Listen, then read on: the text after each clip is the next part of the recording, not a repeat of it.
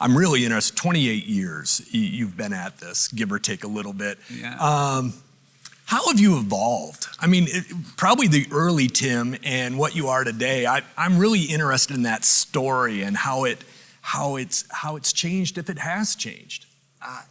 Yes. To expedite that, because I want to get as much value in this small time that I have for you. Yeah, when you're starting out, if you're a young salesperson, or more to the point, if you're an older salesperson and not able to change your mind and change with the times and change what you need to change to get to this audience, this speaks to you. We have to, don't miss an opportunity and understand that you are influencing everyone you talk to, even at the gas station attendant. We're influencing people. And for me, I didn't know how to be. I just thought, okay, I have a product. My product was me, and I was pretty good. I wasn't egotistical in my heart, but I came across egotistical because I thought I needed to be this suave, cool when I was younger, and I had really long hair, and bad choices all the way around. However, I remember one moment, and these are two transformational things in my life. They were the trajectory changes in my life, and hopefully this will resonate to some of you. But you have power when you're in front of people. You have power. I have power right now because you've given me the floor. I can influence you right now. And I didn't realize that when I was younger. And I was on stage. There was an elderly man with me on stage, and he was hard of hearing. And this is all important because you put all that into play, you can look back and go, oh, I see what happened. But I was cracking jokes, the same jokes that I always make, whether it works or not to you in this environment, but spell spot. S-P-O-T. What do you do when you come to a green light? Stop. No, you go at green lights.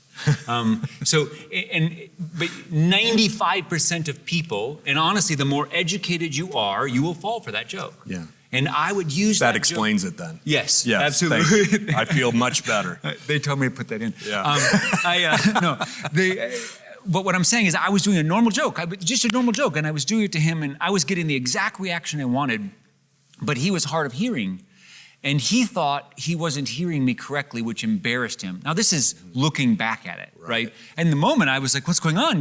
I do this all the time. I do 200 and some shows a year. And I could see this elderly man, now I must have been 15, 16 years old, swelling up in tears. And I lost it inside. I mean, you say it comes out so easy. I kept my game. I'm an actor. I'll do my thing. But I was dying inside because I'm like, I just hurt somebody.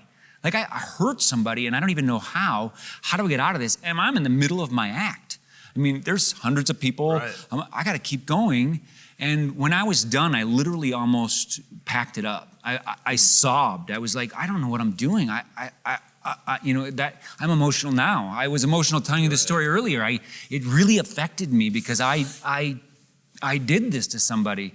And in the same token, how powerful that is, I was in Reno, Nevada, in Sammy Davis Jr.'s room, which was such an honor. I had a 10-week contract at my first, casino hotel.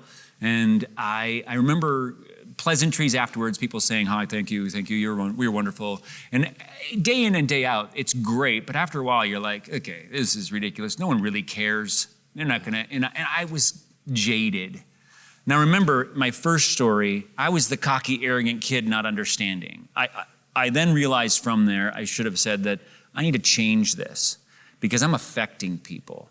So I need to be silly, I need to be goofy, I need to put a balloon on my head. I need to do things that are ridiculous so that people aren't feeling that competition with me because that's not gonna help me. I need to be the audience. And I knew that, but I didn't.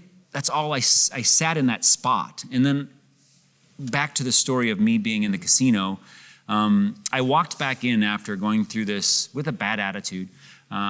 Silly of me because what an honor that people would even want to thank me or say hi to me. I mean, I don't know who I thought I was. But I walked back in the room and there was an elderly woman crying. And I remember in my mind going, unbelievable. What did I do to you now? And I was angry. And I went in to see her and I walked up to the table and I said, are you okay? And she looked up, and I can still picture her face, and she said, "Young man, I lost my husband about a year ago, and for the past hour and a half, I didn't think about it at all. And this is the first show that I've been to here in Reno." And again, I'm sobbing in my dressing room afterwards going, oh my word, I have the power to influence people positively. So it took a lot of years, and I'm sorry for the long story, but it really is the heart of who I am, realizing I have that. And now every show, every interaction, I want to positively influence you and everyone I come in contact with. That's just me now. So I hope that answered the question. No, unbelievable. And it does answer the question.